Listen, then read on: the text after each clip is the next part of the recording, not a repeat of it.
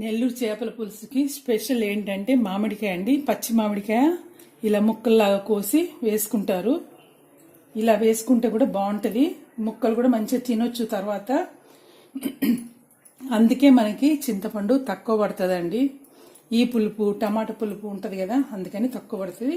నేను చిన్న కాయ వేసానండి, ఇంత కాయ వేసాను. తర్వాత దీంట్లోకి బెండకాయలు వేసుకోవచ్చండి. బెండకాయలు కూడా వేస్తారు.